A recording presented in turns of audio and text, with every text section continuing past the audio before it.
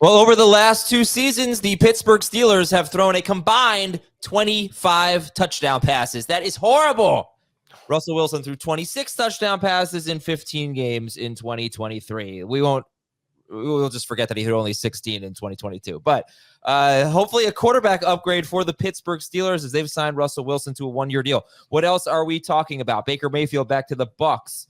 We'll just let you know Mac Jones is on the Jaguars. You probably knew that. Tyler Lockett restructuring his deal with the Seahawks. Jerry Jeudy going to the Cleveland Browns. Kendrick Bourne back to the Patriots. Were so good. They're just bringing the whole band back together. Hunter Henry and Kendrick Bourne re-signing there. And we'll give you some offensive line news as well. All 4 of us are here today for the first of, I expect to be at least 2 podcasts today. Hopefully we'll have a busy, fun first day of free agency. It's Adam, Dave, Jamie, and Heath. All right. Of all the moves we've seen, guys, the big ones being the Jeudy trade, the Wilson signing, Mayfield coming back. Heath, who's the biggest fantasy winner right now? Oh, yeah, I think that depends on how realistic you thought it was that Baker Mayfield might leave, probably.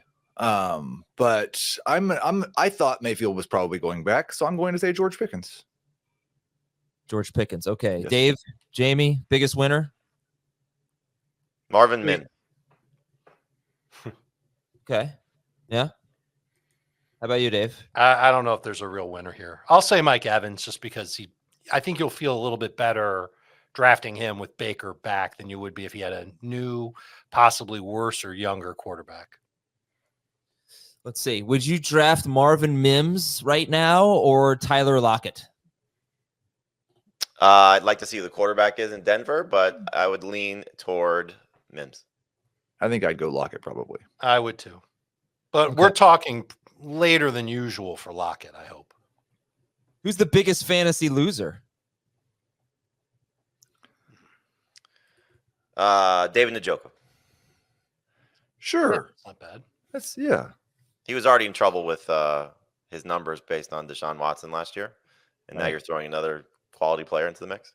I hate this for JSN though. I hate it. Yeah, I'd probably say JSN's a bigger loser. Yeah. Just because it's very possible that Jerry Jeudy's impact in Cleveland is Elijah Moore's impact in Cleveland. Right. Yeah. Lockett, though, I mean, Lockett's coming off obviously a bad season, and he's 32 years old in September. So, maybe JSN, let's see where he went in our last mock draft. He went round 6 in the post Super Bowl mock draft. That's our last one. Last pick of round 6, Jaxon Smith-Njigba. Right after I took Christian Watson, I remember struggling with that one, Christian Watson, JSN. But I think when we were drafting, we at least thought it was certainly possible that Lockett would be back. So how much farther does he fall than the last pick of round 6? When would you guys take JSN right now? Where did George Pickens go in that draft? Because I looked at his ADP on a couple sites, and he was like pick 74. He was 3 picks later. 3 picks later than those guys? See, I would much rather have Pickens than those guys now. For sure. Yeah. Right. That was the Arthur Smith news downgrading him. And now the Russell Wilson. I mean, it's obviously an upgrade. We were talking off the air about Russell Wilson and how excited you guys are. He's clearly, can we just say he's clearly an upgrade over Kenny Pickett? Oh, this is a great move for them. I mean, based on what they're paying him and what their team structure looks like, it's fantastic. You're taking a chance on a guy that if he just plays like he did last year, which was not great, but if he plays like he played last year, it's a huge upgrade over what they have. Yeah. So, you hope to bring out the best of Pickens, still keep Deontay Johnson playing at a high level, maybe bring out the best in Freiermuth, Wilson doesn't have a great track record with tight ends, so that's hard to expect. But, you're just looking at what Kenny Pickett's done, and they've been a playoff team in the last 2 years, despite the awful quarterback play. So get Russell Wilson to play somewhat competent football. He's going to be fine. They're going to be fine. They're not a Super Bowl contender, but they're a playoff contender. Okay, and we could jump around to a lot of different things here, but we'll just focus on. Well, I'll give out some stats about some of these guys, and you can tell me what you think about them. But also, there are some Deontay Johnson trade rumors, so we'll see if he sticks with the team. Here are some fun stats about relevant players. Among 80 wide receivers with 50 or more targets last year, George Pickens ranked 3rd in yards per target and 1st in yards per catch. He was one of 3 receivers who had 3 or more catches that went for 60 or more yards. So huge plays. It was Tyreek Hill, Jamar Chase, and George Pickens. But Kendrick Bourne averaged more PPR fantasy points per game than George Pickens, which is a fun little stat for you. Kendrick Bourne, of course, coming off a torn ACL and re-signing with the Patriots. He's also Jerry, 29. what's that? He's also 29. Bourne? Yeah. Is that old now? 29's old? Well, he was born 29 years ago. Where did Kendrick Bourne finish last year? Wide receiver points per game. 35, I think, 33, 35. He actually had a pretty good year. He had 8 games. 4 of them were pretty solid. Had a 2 touchdown game to open the season, and then scored a touchdown each of his last 2 games, including the one he got hurt. Did you say 2 or 3? Yeah, 2 games. And then, but the game before that was good too. Jerry Jeudy has only 28 career red zone targets. By comparison, CeeDee Lamb had 31 last year. But Jerry Jeudy, explosive catch rate in 4 seasons among wide receivers with 50 or more targets is usually 85-ish or so. 30th, 28th, 5th, and 22nd. I still think Jeudy is an intriguing player. He makes plays, just doesn't get a lot of targets. They've done extremely well, the Browns. 5th round pick for Amari Cooper, 5th and a 6th round pick to get Jerry Jeudy. I mean, that's just a good job of acquiring talent. And so hopefully he can play somewhat close to the level he did in his 3rd year. I think there's a lot of people that might say he checked out last season, which hard to argue. But yeah, hopefully this can rejuvenate him a little bit. It's just tough because he's not going to a place where he's going to get targets. All right, Dave, let me get your thoughts on the Steelers now. Let's discuss that. Give me your fantasy takeaways of Russell Wilson joining the Pittsburgh Steelers.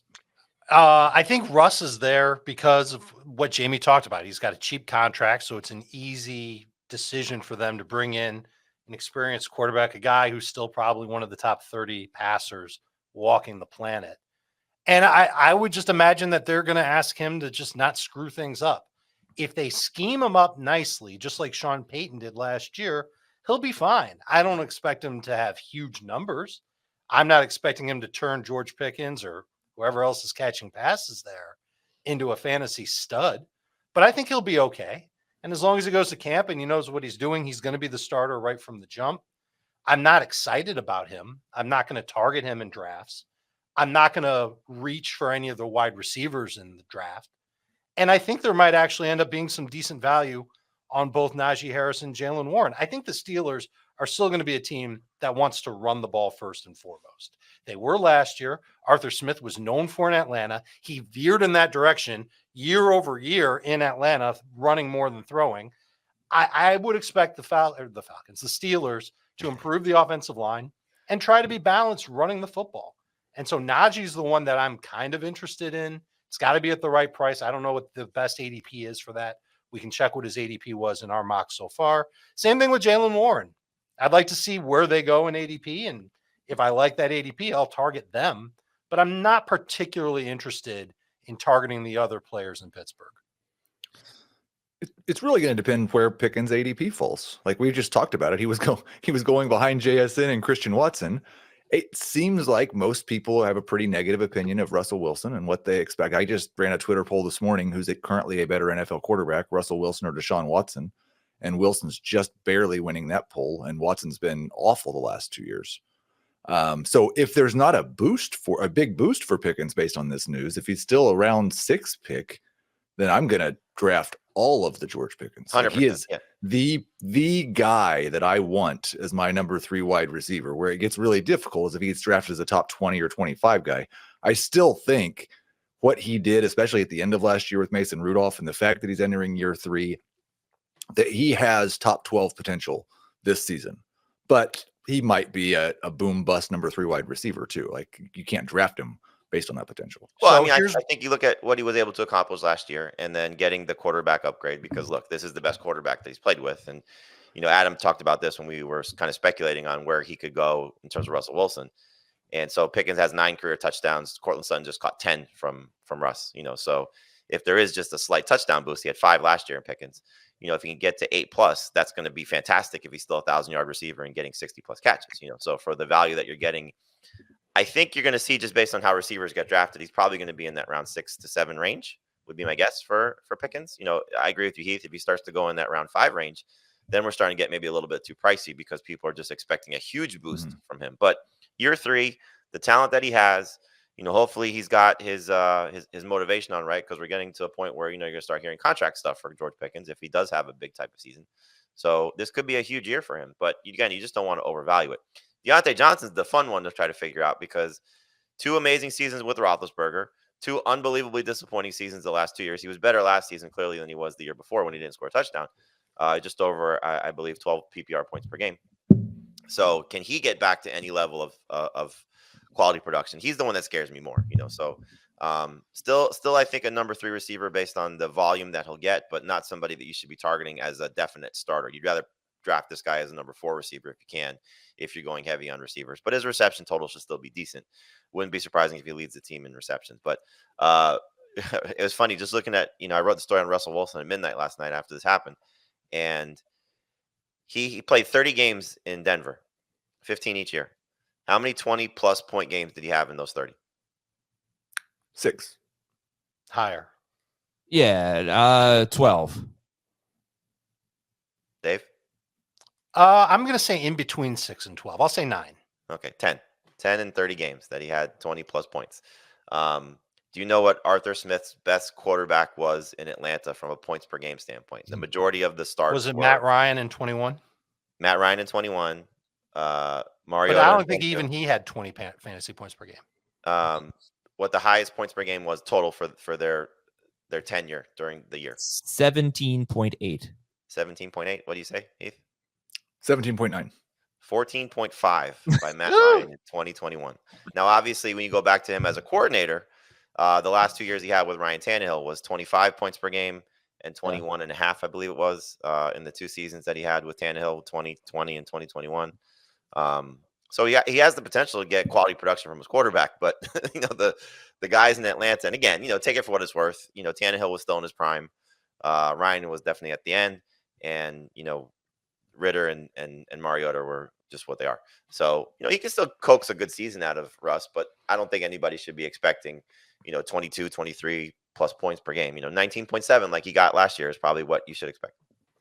Yeah, Russell Wilson was just outside. He was basically 12th, 13th per game in both formats, tied with Jared Goff. We talked about this a few weeks ago. I've talked about it a lot. He had a lot of rushing yards last year, so I don't know. It's a little bit hard to predict if you look at his career, his rushing. One thing on that note, Arthur Smith's quarterbacks, every year except for the Matt Ryan year, have had at least 4 rushing touchdowns, 4 to 7, 4, 4, 6, 7. So I would expect he's going to rush for 3 or 4 touchdowns for sure. He's rushed for 3 touchdowns each of the last 2 years. It's been a part of his game forever. So absolutely agree with that. Right. I do feel like people think that Pickens is the good fit for Russell Wilson. It's probably based on last year. But last year was a really weird year for Russell Wilson. It was actually a career low in air yards per pass attempt by far. Sean Payton. He got Sean Payton, but he did throw some really nice deep balls, and he connected mostly with Cortland Sutton on those. And people are envisioning that, I think, with George Pickens. It's worth noting, though, if Deontay Johnson does stick around, Johnson, he changed as a receiver last year. His ADOT was way up. He was used downfield more. And his yards per catch, he had a career high 14.1 yards per catch. His previous career high, Deontay Johnson, was 11.5 yards per catch. His career high yards per target, too. So hopefully he showed that he can be more than just a I don't want to say underneath, but short area guy. Deontay was a little better than that last year. And just one last thing, and this might be part of why I might sound a little more optimistic about Russell Wilson. Like David mentioned, if they can scheme him up as well as Sean Payton did last year, I don't really feel like Sean Payton did Russell Wilson any favors last year. Like throwing 40% of his passes to running backs and just basically running the Sean Payton, Drew Brees offense with Russell Wilson, who he obviously hated in the second half of the season, didn't even want on the team. I do think there's a chance that Pittsburgh actually does a better job of designing an offense based around Russell Wilson's skills than Payton did last year. I kind of felt that way until I watched those 2 games of tape and saw how many times Russell Wilson did not throw to open receivers, and it drove me crazy. So I actually kind of have more faith in Sean Payton, but that roster looks horrible.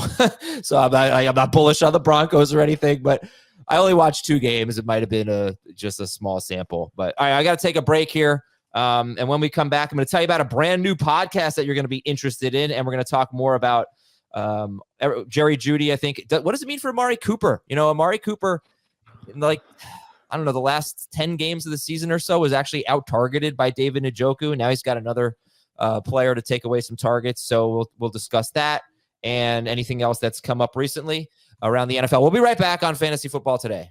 Who's in? Who's out? Let the madness begin.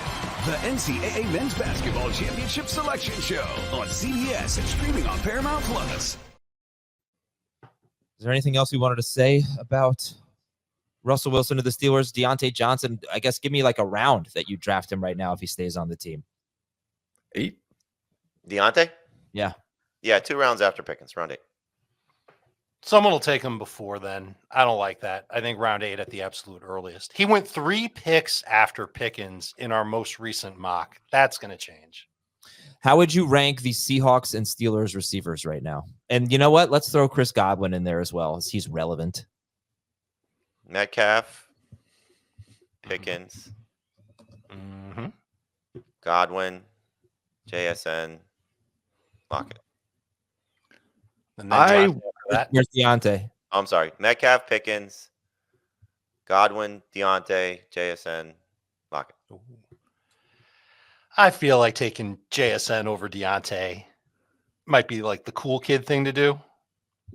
Those two, I might have to. Let's see where Deontay is first. If he stays in Pittsburgh, I might roll the dice on JSN in a second. Yeah, that's probably the smart thing. The thing I can't get past, I was surprised by this. Last year was the second most targets for Tyler Lockett in his career. Like, it's not like his targets fell It's off. amazing. Yeah, he led the team. Yeah. He just didn't have as many downfield plays. Yeah, that was interesting. He's never been a huge target guy, I guess. But what do you have, like 120, 122 last year? 122. His I career think high was 139. Yeah, like the JSN's going to definitely project last out of that group. But by the time we're drafting the end of this group, I think I'm probably taking the upside of JSN over Lockett and Deontay. What if you throw Jeudy into this group? Where does he? He's like round 14. Yeah. Oh, it's so sad. Well, yeah. I mean, he's earned it. Exactly. There are some things under the hood that look it just he doesn't earn enough targets. But I mean, look, I can tell you real quick why I was so excited about Jerry Jeudy going into this season, because he had, first of all, he just had a good 2022. Even if you don't Azer stat it, what was he? 2022, he was a top 24 receiver per game, Jerry Jeudy, 22nd in PPR, 20th in non-PPR. But if you took away the 3 games where he barely played, he averaged 15.8 PPR fantasy points per game. That was like Jalen Waddle, Devontae Smith good. And that was with him being second fiddle to Cortland Sutton early in the year. This is 2022, not 3. And then everything changed. And it was like Jeudy just took over as the number 1 guy and showed what he was capable of doing. And I thought that would carry over into 2023. It did not. And actually, it might surprise you if you go look at the Broncos stats, but Jeudy and Sutton had very similar numbers, except the touchdowns. Touchdowns were 10 for Sutton and 2 for Jeudy. And again, I saw 2 plays in 2 games where Jerry Jeudy should have had at least a 35-yard touchdown catch. And Wilson didn't see him on one, and he made a bad throw that Jeudy dropped on the other. So I think there's, I don't think this is the right situation for him. Destination for him. Right. That's the problem. Even if he is that good, how good could he possibly be in this situation? So I get it. And clearly the compensation speaks to that. Like, not a lot of teams were probably knocking on their door if that's all that they can get. So how are you feeling about Amari? Let's stay on the Browns. How are you feeling about Amari Cooper right now? I dropped him around, so I think Heath said it best. It feels like this is more an indictment on where Elijah Moore is, more so than Amari Cooper, because of what Cooper's done and what he still should be able to do. And look, it's just adding another, great weapon, because they lost, Donovan Peoples-Jones last year and didn't really replace him with anything. It sucks for Cedric Tillman, who I was kind of hoping to see a little bit more of, but this is a loaded passing attack. If Deshaun Watson, Adam, I know you're still hopeful for him to play at a moderately high level. If he does, I mean, with Njoku coming off the year he had, Cooper still playing at a high level and getting some bounce back potential from Jerry Jeudy, that's could be one of the better receiving cores in the league, but there's more flaws than there are, things that you say, okay, this is an absolute. And so hopefully, you get all these things working in a, on the right level with each other. But Yeah, it's just hard to trust Jeudy at this point, So, and in terms of Cooper, just another guy taking away from, like you said, Njoku is taking targets away from him. Will Deshaun Watson support him to the same level that he's been at? It just feels like he's trending closer to a number 3 receiver than he was to a top 15 guy prior to this. But Yeah, I like that we're going to be able to draft him at a discount now, because before this trade, he was one of those guys that like you took as a low end wide receiver too, but you didn't love it. And now a full round later, it makes me feel better about drafting Amari Cooper. I don't see Jeudy coming in and being a huge threat. I still think that Cooper is the top wide receiver in Cleveland. I think Deshaun's still going to throw to him the most. He averaged almost 18 PPR points per game when Deshaun Watson completed his games. There were only 5 of them last year. Yeah. That's separate from this. But I'm still fairly encouraged by Amari Cooper. And now that there's a discount involved, I'm going to be much more inclined to get him around that round 5-6 turn. In those rankings we did earlier, he's right squarely in between DK Metcalf and George Pickens. Cooper? Yeah. Okay. Yeah, I might prefer Pickens by the time we get to draft season. It's kind of that JSN Deontay Johnson conversation. Like Pickens is certainly a lot more fun. Well, Yeah. Cooper is what? Will be 30? He will be 30 by the time the season starts. 30. Yeah. The thing that's gonna that we have to always remember with Pickens, they're just not going to throw the ball that much. It's going to be hard for him. He's not a consistent player to begin with, and 2 of his best games last year, Pickens had 5 great games last year. 2 of them were without Deontay Johnson. 500-yard games last year. 2 of them were without Deontay Johnson. Then he had like a 75-yard game without Deontay Johnson. So this guy was completely useless basically with Johnson until Mason Rudolph came. And then in week 18, so week 16 and 17, George Pickens goes crazy. Remember that long play against the Browns? He has 2 enormous, he scored like 55 points combined in those 2 games. Week 18, he had 0 catches. And I don't even think he had a target in that game. Well, I mean, it's hard to say, okay, what will this offense completely look like? We could clearly look at Arthur Smith's track record. He got some great production out of A.J. Brown, a young receiver that was, similar. I don't want to say similar type profile to George Pickens, but, an explosive type of player, clearly. Yeah. He got good production from a receiver. And I think Calvin really was off to a good start before he left the team in Matt Ryan's final season, the first year for there. But he got great production from Kyle Pitts when he had a veteran quarterback that he trusted in Matt Ryan. So if Russell Wilson can still play, I can't imagine they're going there to say, all right, we're going to feature Deontay Johnson. Like it just doesn't feel like that's the best way to run this offense. Now we can certainly say Arthur Smith has not done the best things for his offense because that's been, sort of proven. But I think there's just such upside for George Pickens right now. Yeah. Oh yeah. Hell yeah. I mean, like I said, 3rd best yards per target, 1st in yards per catch. He doesn't like Tyler Lockett, right? Doesn't necessarily need a ton of targets. Lockett, I think, because he caught so many of them. Pickens probably because he's going to make big plays on them. But if we expect the ADP for Cooper to be around 5, let's say, and Pickens to be around 6, I'd rather wait the round and take Pickens. Perfect for sure. Oh, that's interesting. Dave, do you feel that way? Not sure if I feel that way in full PPR. Half PPR, non-PPR. We might see Pickens go ahead of Cooper in those formats. And the other thing, this is changing gears from wide receiver to quarterback, but I was kind of thinking Russell Wilson, Pittsburgh was going to just stick with Pickett and Rudolph. There's now is Kirk Cousins the biggest winner actually? Because he's not going to go to Pittsburgh.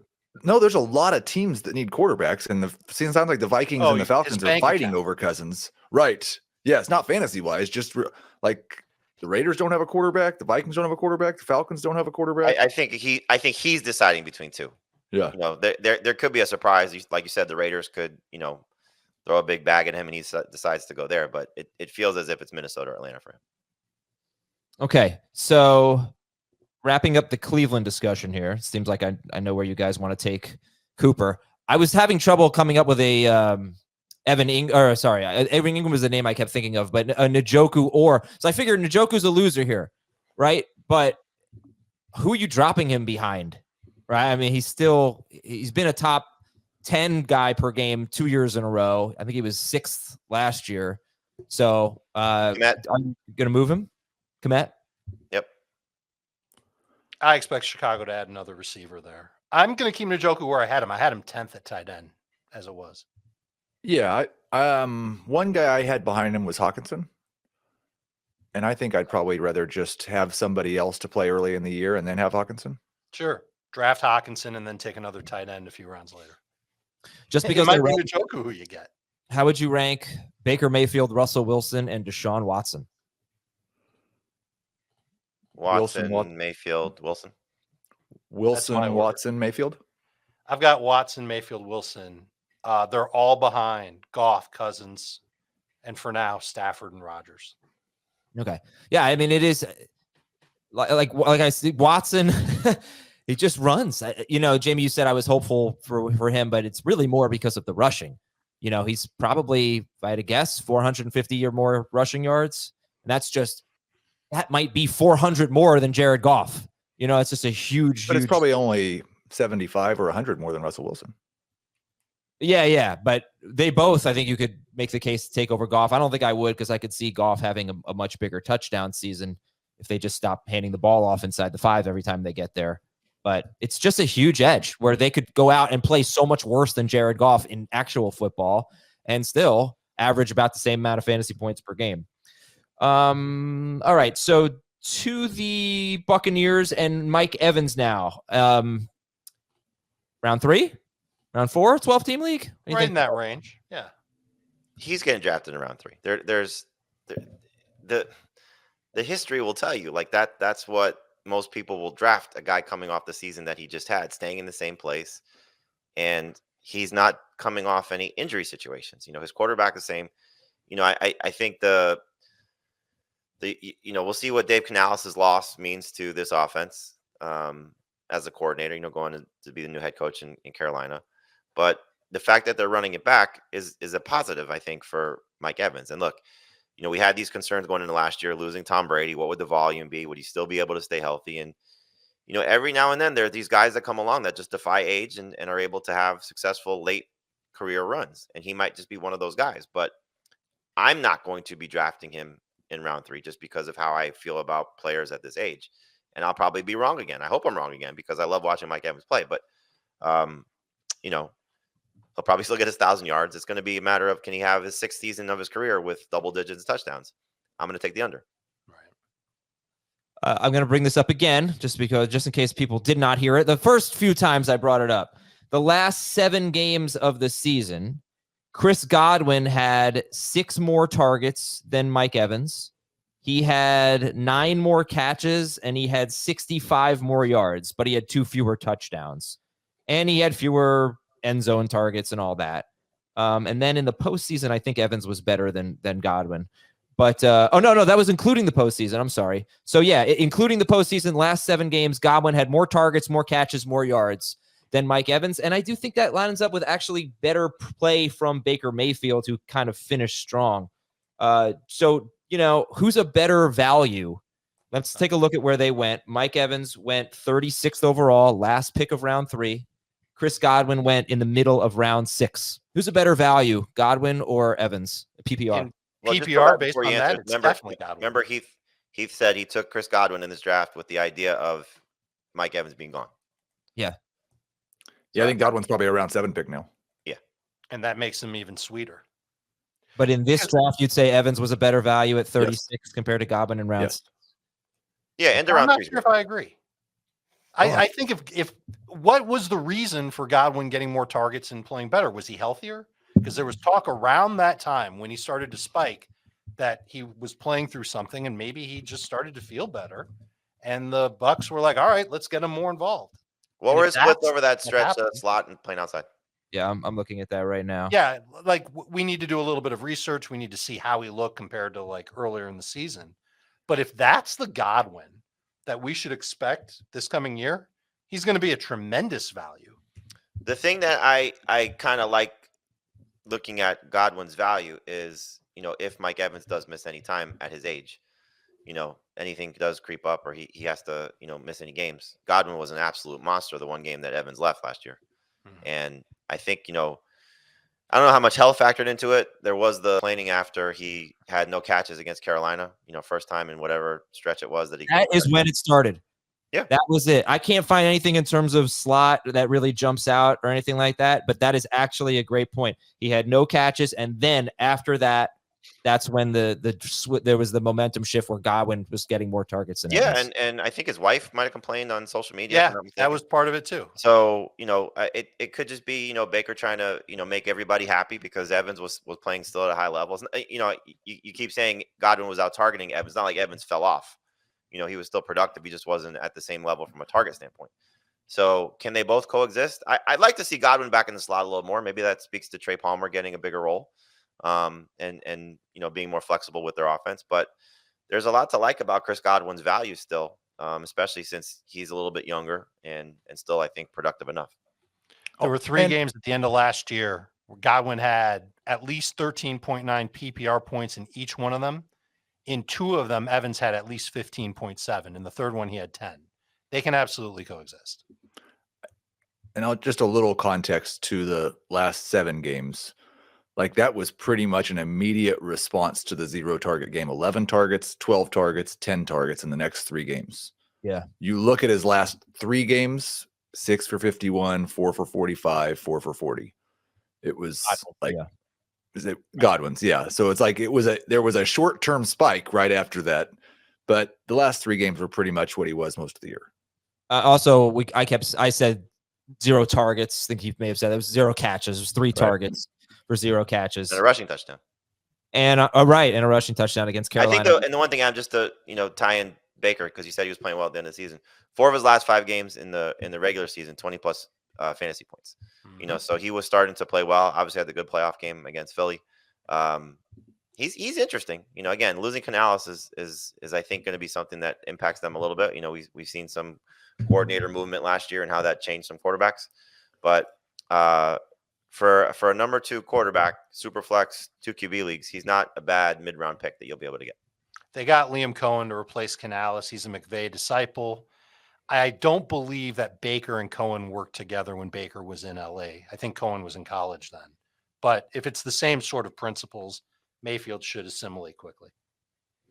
Okay, I'm going to do a segment that might not be helpful at all when we come right back from this break. Get excited for that. All right, we're back here on Fantasy Football Today.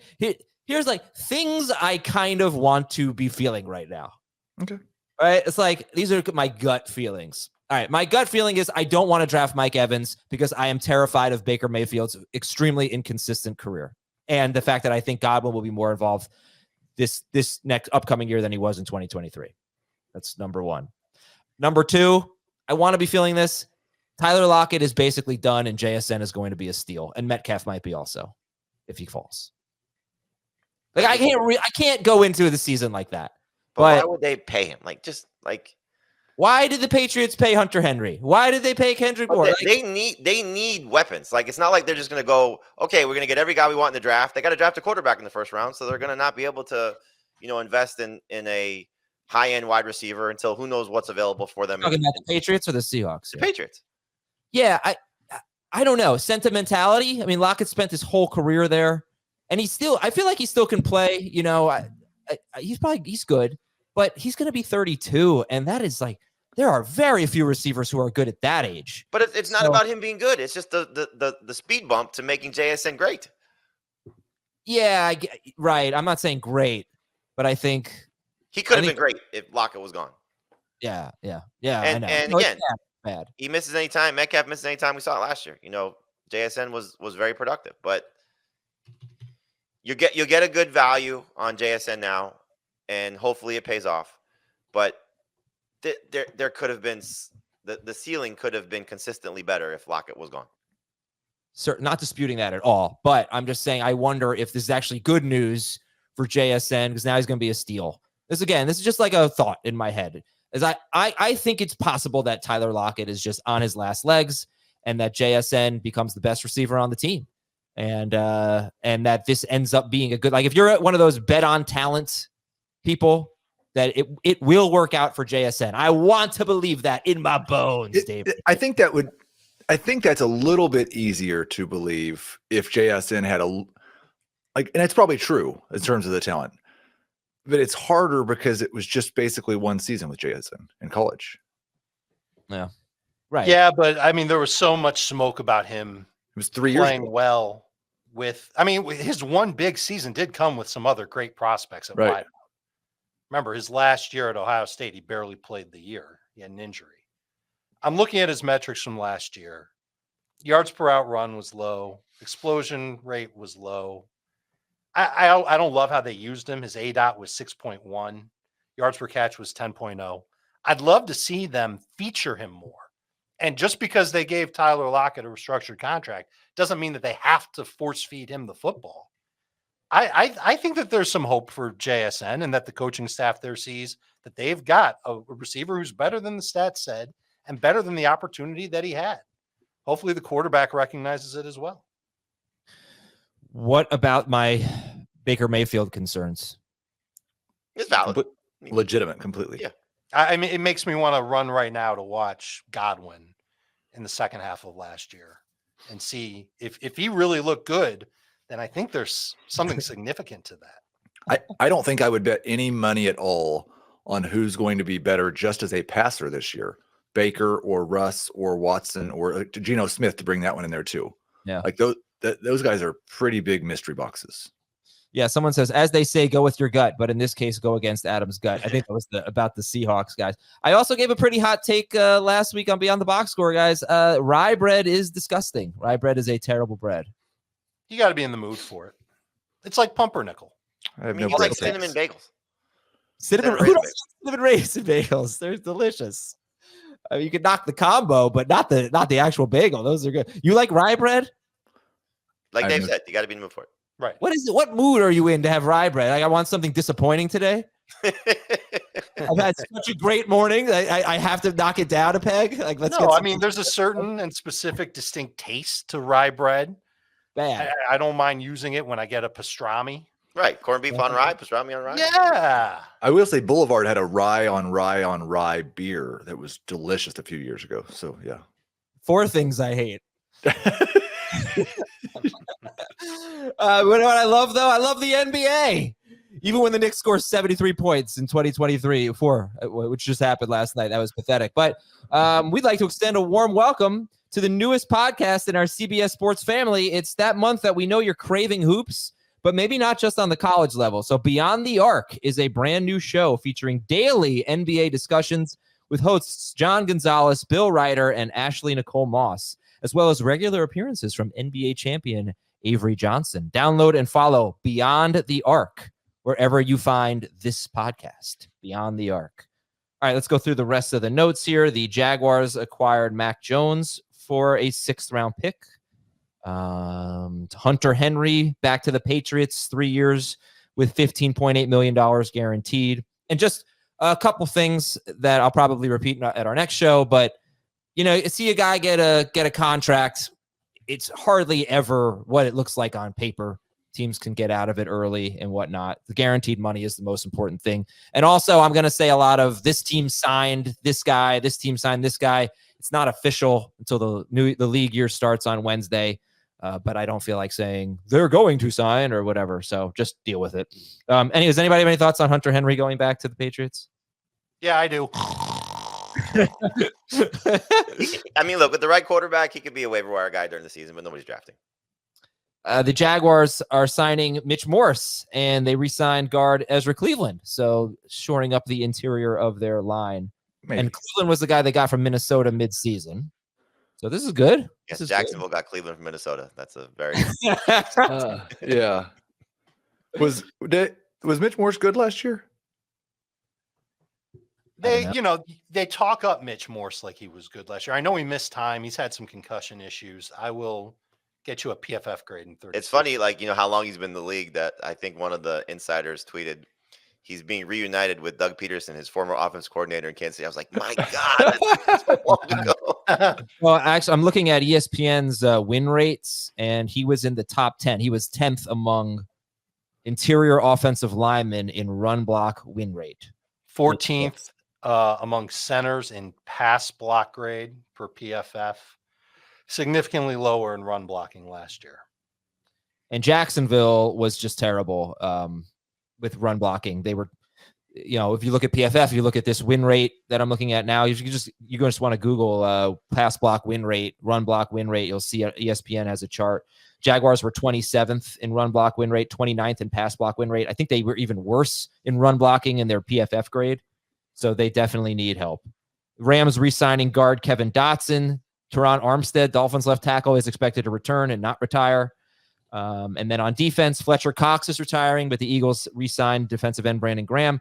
The Chiefs are bringing back Drew Tranquil, linebacker, and of course Chris Jones, 5-year deal with almost $100 million guaranteed, $95 million guaranteed for Chris Jones. Baltimore signing defensive tackle Justin Matabike, who they put a franchise tag on. He's getting a huge deal. Chicago, same thing with Jalen Johnson, their star cornerback. Houston signing defensive tackle Folorunso Fatukasi, who went to the Jaguars, was a little bit of a disappointment with the Jaguars. Now he will stay in the division and go to the Houston Texans. I wish you guys a wonderful lunch, and I will talk to you later this afternoon, most likely. If we don't have a podcast this afternoon, it means it was a boring day in free agency. So let's hope we're talking. Let's predict. What do we expect? Calvin Ridley back to the Jaguars. Ooh, okay. They can't do that till the 13th officially. But they could agree to it. No, I mean it could be. They could agree to do it, but nothing can actually happen. And I think we're doing. No. You can re-sign your own right now. Yeah, you can re-sign. But if they do it now, they owe the Falcons a higher pick, so they'd have to have a wink nod agreement. I think we're doing Saquon to the Eagles later today. Wow. I'll go Derrick Henry to the Ravens. Okay. All right, Dave, you got a prediction here? Or I got nothing. Crap Let's on just mine. get to it later. Okay. All right, everybody. Thanks for tuning in. We'll talk to you later on Fantasy Football Today.